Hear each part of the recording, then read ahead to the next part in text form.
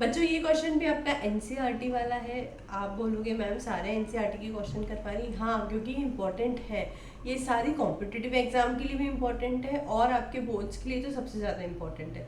तो भाई ये करना ज़रूरी है, इसलिए आपको करवा रहे हैं। आपको अच्छे मार्क्स मिले बस मुझे यही चाहिए, राइट। करें सॉल्व, स्टार्ट करें। ये बोलता है sample of drinking water was found to be severely contaminated with chloroform. थोड़ी आवाज़ आपको मोटी लगेगी क्योंकि मुझे थोड़ा कोल्ड हो रहा है, ठीक है, चलेगा ना। The level of contamination was 15 ppm by mass. तो 15 ppm मतलब क्या समझते हो? सबसे पहली बात तो बच्चों 15 ppm is just a term of concentration term, जिसमें हम इसका फुल फॉर्म बोलते हैं पार्ट्स पर मिलियन, ठीक है। मतलब 1 मिलियन में if we take 1 million, so 1 million अगर पूरा सॉल्यूशन है, 1 मिलियन पूरा सॉल्यूशन है, तो उसमें 15 पार्ट्स, उसमें 15 पार्ट्स क्या है? क्लोरोफॉर्म। मतलब आप समझ रहे हो 1 मिलियन मतलब बहुत सारा होता है, बहुत बड़ी क्वांटिटी, मतलब 10 टू द पावर 6, राइट। तो 10 टू द पावर 6 होता है 1 मिलियन। तो इतने सारे पार्ट में सिर्फ 15 पार्ट्स CH3 होता है, जो कि suppose to be carcinogen. Carcinogen मतलब जो कैंसर क्रिएट करता है, ठीक है। तो समझ रहे हैं आपकी क्लोरोफॉर्म कितना हार्मफुल है कि इतना सा भी अगर आपने इनहेल कर लिया या फिर पानी के साथ पी लिया तो इससे कैंसर हो सकता है, ठीक है ना। तो इसका मतलब समझना बहुत ज़रूरी है, दिस इज़ वेरी इंपॉर्टेंट।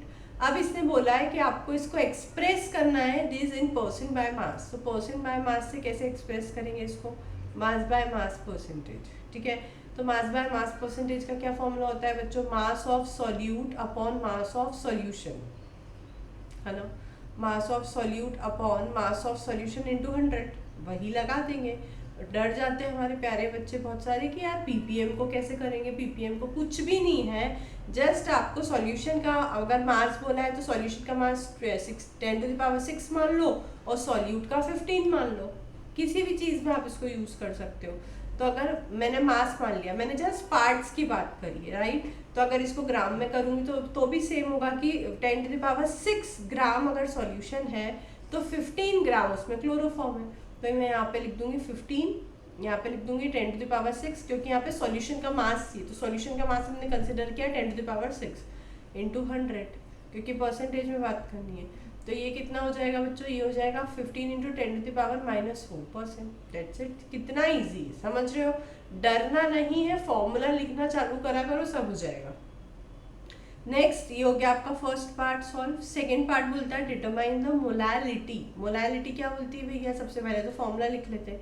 तो मोलैलिटी बोलती है number of moles of solute, समझ रहे आप। तो मास ऑफ सॉल्यूट पता है तो नंबर ऑफ मोल्स तो आपको आप निकालना आता ही है, right, upon mass of solvent. Clear है मेरे प्यारे बच्चों? तो यहाँ पर number of moles of solute कितना ले लोगे?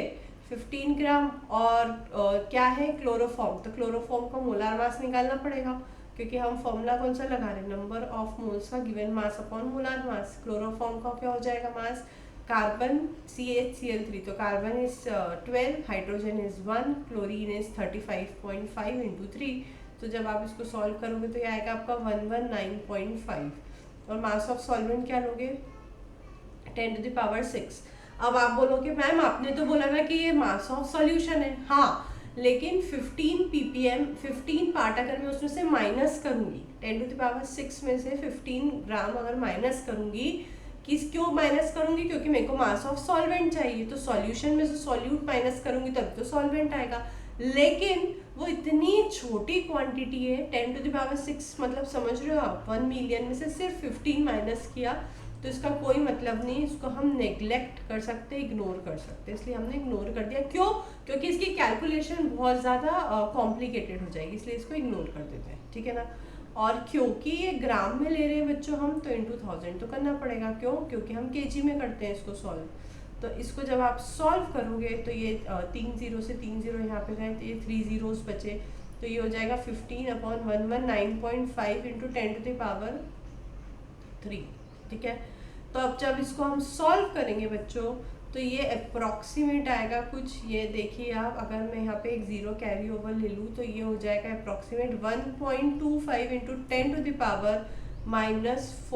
Molality, small m। मोलैलिटी क्या हो जाएगी बच्चों इसकी 1.25 इंटू 10⁻⁻⁴। ठीक है ना। तो इस तरीके से आप इसको सॉल्व करिए दोनों पार्ट्स, और 2 दिन बाद फिर से प्रैक्टिस करिए कि आपको ये समझ में आया कि नहीं। कोई भी डाउट हो, कोई भी प्रॉब्लम है, मुझे कमेंट में बताइए। ठीक है बच्चों, बाय बाय।